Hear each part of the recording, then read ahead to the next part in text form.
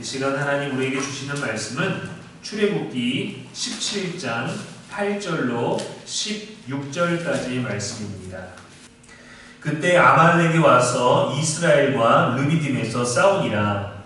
모세가 여호수아에게 이르되 우리를 위하여 사람들을 택하여 나가서 아말렉과 싸우라.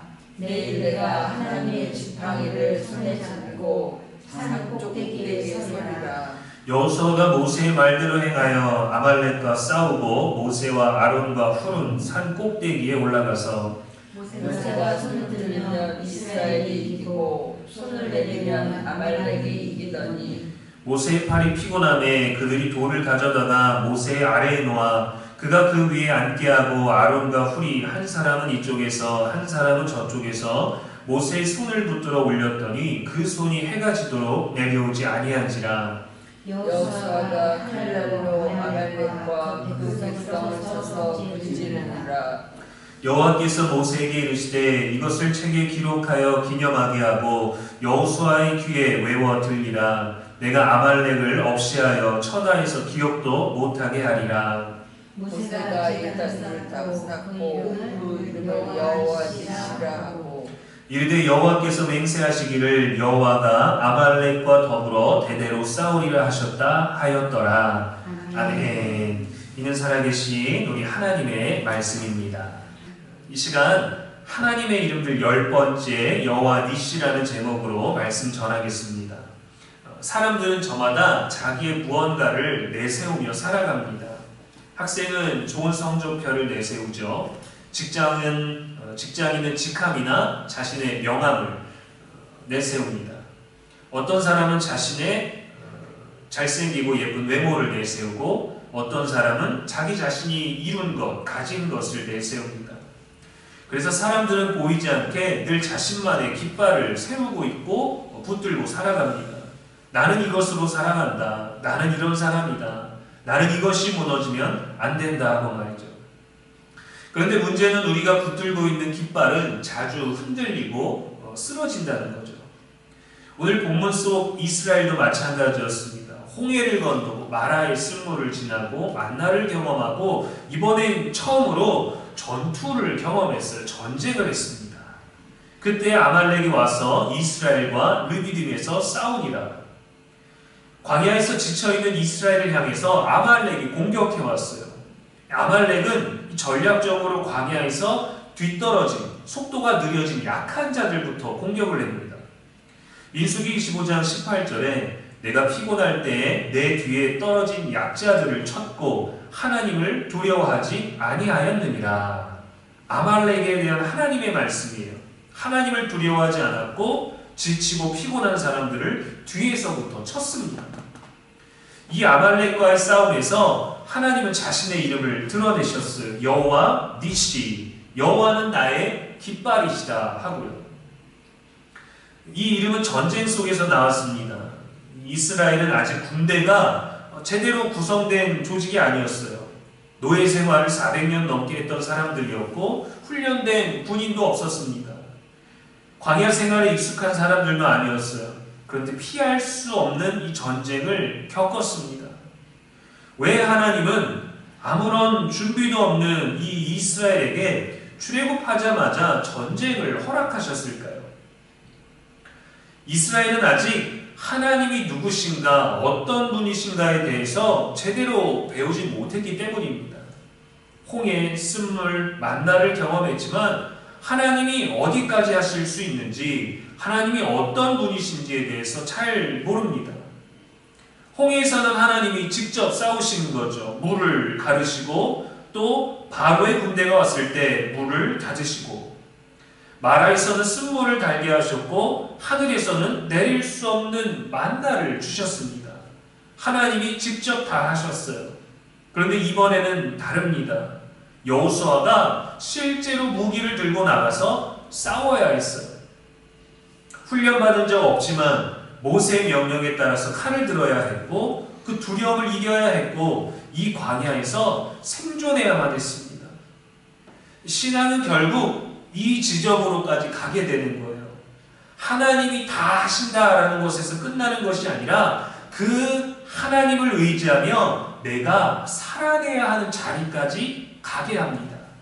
하나님이 다 하시니까 나는 그냥 믿기만 한다가 아니라 그 믿음을 가지고 내가 이 삶에서 어떻게 살아내야 하는가, 그 자리까지 가야 되는 것이 신앙인 거죠. 오늘 본문에서 하나님은 구름 기둥처럼 직접 나타나지 않으셨어요. 천둥으로도 나타나지 않으셨습니다. 바람으로도 오지 않으셨어요. 하나님은 모세의 손을 통해 나타나셨습니다. 모세가 산 위에 올라가서 하나님의 지팡이를 손에 들었어요. 11절에 모세가 손을 들면 이스라엘이 이기고 손을 내리면 아말렉이 이기더니, 이 장면이 중요합니다. 실제 여호수아가 산 밑에서 저 평지에서 칼을 들고 사람들을 택하여 아말렉과 싸우고 있지만, 여호수아가 잘 싸우느냐 못 싸우느냐 이 승패의 기준은 그 칼든 자들의 것이 아니었기 때문입니다. 이스라엘의 첫 번째 전투에서도 하나님은 자신이 누구인지를 드러내고 계셔요. 너희 승리는 무기의 좋고 나쁨에 달린 것이 아니라 하나님께 달려있다. 너희들의 힘에 있지 아니하다. 하나님께 있다라는 거죠. 이 신앙이 다윗에게서 아주 분명하게 드러납니다. 다윗이 블레셋 장수와 싸울 때 이렇게 선포했죠. 너는 칼과 창과 단창으로 내게 나아오거니와 나는 만군의 여호와의 이름 곧 내가 모욕하는 이스라엘 군대 하나님의 이름으로 너에게 나아가노라 했어요. 이 말이 얼마나 멋있습니까, 여러분? 마치 영화의 클라이막스에서 적과 싸울 때 전율을 느끼게 해주는 이 주인공의 마지막 선포, 주인공의 명대사 같지 않습니까? 이런 얘기를 들으면 어떤 신이라도 모든 힘을 다해서 싸워주고 싶을 것 같아요. 야, 나에 대해서 그 정도로 얘기를 해주다니 내가 널 위해 싸우겠다. 다윗은 자신이 이길 수밖에 없는, 승리할 수밖에 없는 그 이유를 자기 실력으로 설명하지 않았습니다. 야, 내가 곰도 때려잡고 양을 지킬 때 사자도 때려잡아서 얘기하지 않았어요. 싸움의 중심에 하나님이 계심을 믿었기 때문에 그분의 이름으로 나아가겠다라고 하는 거죠. 그래서 다윗에게 중요한 것은 내가 얼마나 강한가, 내가 저 사람과 싸울 수 있는가 없는가가 아니라 내가 지금 누구의 이름으로 싸우러 나가는가 하는 거예요. 그렇다고 무조건 이길 수는 없겠죠. 어린아이가 부모를 대신해서 싸운다고 어른을 이길 수 있겠습니까? 그렇지 않아요. 그러나 다윗을 통해서는 우리들에게 증명해 주는 거예요. 그가 어떤 믿음을 가지고 있고 어떻게 나아갔으며 하나님을 의지함으로 어렸을 때부터 어떤 위험까지 무릅쓰며 살아냈는가. 어릴 때 막내인 8번째 아들이 이 다윗이 자신의 양도 아닌 아버지의 양을 치기 위해서 사자와 곰과도 싸울 수 있었던 것. 그때도 하나님이 나를 지키셨다는 믿음이 있었기 때문에 실제로 전투에 탁월한 거대한 장수와 싸울 때도 그 하나님의 이름으로 나갈 수 있었다는 겁니다. 그래서 모세의 손이 오늘 본문에서도 중요했습니다. 그 손은 하나님을 온전히 의지하는 손이에요. 기도의 손이고 하나님을 신뢰하는 손입니다. 그런데 모세도 손이 내려옵니다. 왜 그럴까요? 사람이니까요. 아무리 하나님의 지팡이를 들고 있다고 하지만 하나님의 지팡이가 뭐 요술봉처럼 공중에 떠 있는 것도 아니고 모세가 그것을 들어야 했죠. 지치죠. 힘이 빠지죠. 흔들리죠. 저리죠. 두려워하죠. 예전에 우리가 학교를 다닐 때 복도로 나가서 무릎 꿇고 손들라는 체벌이 있지 않았습니까? 너 둘이 떠들었으니까 나와서 복도에서 무릎 꿇고 손 들고 있어 라고 하죠. 나갈 때는 조금 기분이 상하고 친구들 사이에서 창피하기는 하지만 매를 맞는 것보다 나가서 엎드려 뻗치거나 두 손을 들고 가만히 있는 게 복도에서 수업 안 듣고 놀 수 있는 그런 방법이기도 했습니다. 처음에는 힘있게 팔을 뻗고 귀에 닿도록 곧게 뻗고 종칠 때까지 버틸 수 있을 것 같지만 시간이 몇 분 지나고 나면 팔이 아파요. 흔들려요. 후들거립니다. 팔을 들고만 있어도 땀이 나요. 그래서 막 손가락을 엮어서 꺾기도 하고 머리 위에 걸치기도 하고. 여러분들은 모범생이시라서 복도에서 손든 적이 없으신가 봐요. 잘 공감을 못 하시네요. 그렇게 힘드니까 머리에다 올려놓고 막 손은 들어야 되겠고 선생님이 또 지켜보고 있고 선생님은 수업하다 창문 밖으로 손이 올라와 있는지 안 올라와 있는지 이 주먹을 볼 수 있지 않습니까? 아 그냥 시원하게 매를 한 대 맞을 걸 싶을 정도로 시간이 지나면 힘이 들어요. 근데 오늘 본문에 보니까 해가 지도록 그 손이 내려오지 않았다라는 것을 보면 하루 종일 들고 있고 게다가 지팡이까지 들고 있으니 얼마나 강도 높은 체벌이 아니겠습니까? 그때 아론과 훌이 옆에서 손을 붙들어 줍니다. 이 장면은 신앙 공동체의 중요한 진리를 보여줍니다. 믿음은 홀로 하는 것도 아니고 혼자 버티는 것도 아니에요. 약하지만 그 약한 사람들이 서로 돕는 겁니다. 서로 이해하고 서로 격려하고 서로 공감하고. 전도서 4장 12절 말씀에 한 사람이면 패하겠거니와 두 사람이면 맞설 수 있나니 세 겹줄은 끊어지지 아니하느니라 했어요. 우리는 종종 강한 사람이 되려고 합니다. 홀로 잘 버티고 홀로 잘 해내고 그래서 남에게 부담이나 피해를 주지 않고 되도록이면 도울 수 있는 사람이 되기 위해서 흔들리지 않으려고 강하려고 하죠. 그러나 하나님은 공동체를 통해서 한 사람 한 사람을 붙드시지만 그 하나님이 붙드신 사람들이 서로를 붙들게도 하셨습니다. 우리도 어느 날은 모세이고 어느 날은 아론이고 훌이며 어느 날은 여호수아고 어느 날은 원망하는 백성이기도 하죠.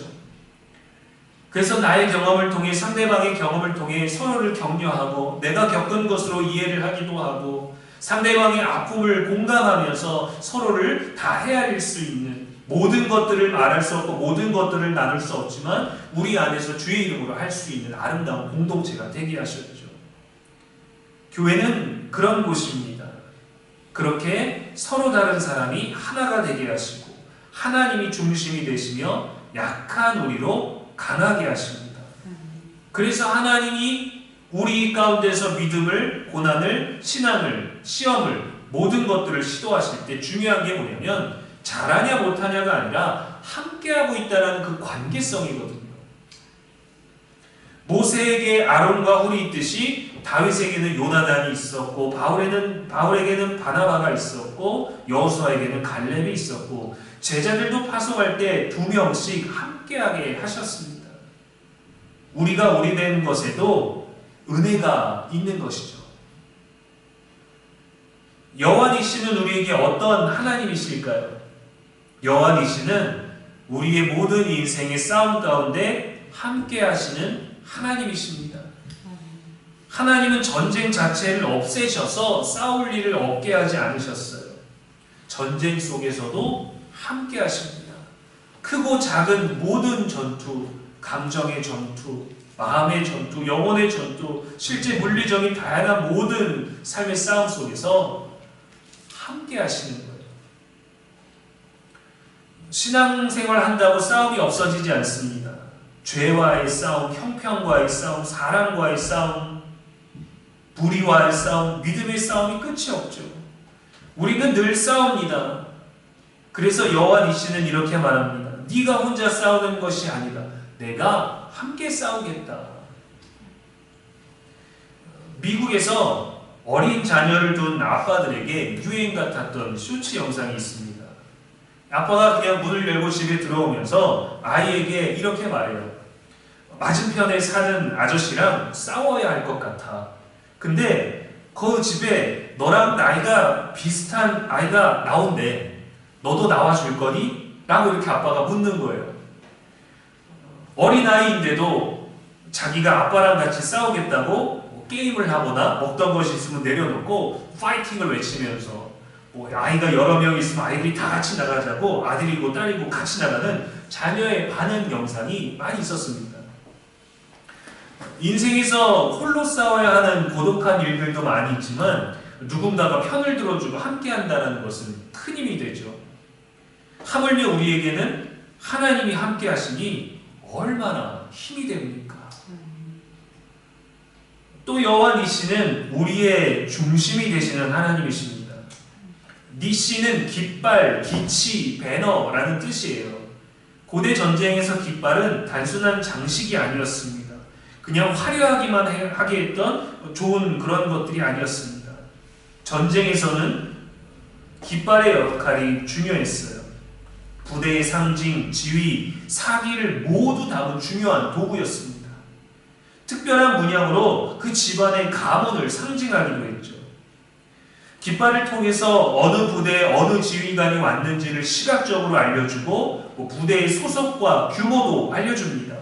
그래서 때로는 이 전쟁터에서 서로 누가 왔는지를 살펴보다가 어떤 싸움을 아주 잘하는 전략이 아주 좋은 전투에서 늘 승리만 하는 어떤 장군의 깃발이 나타나면 겁을 먹기도 하고 아군의 사기가 오르기도 했죠.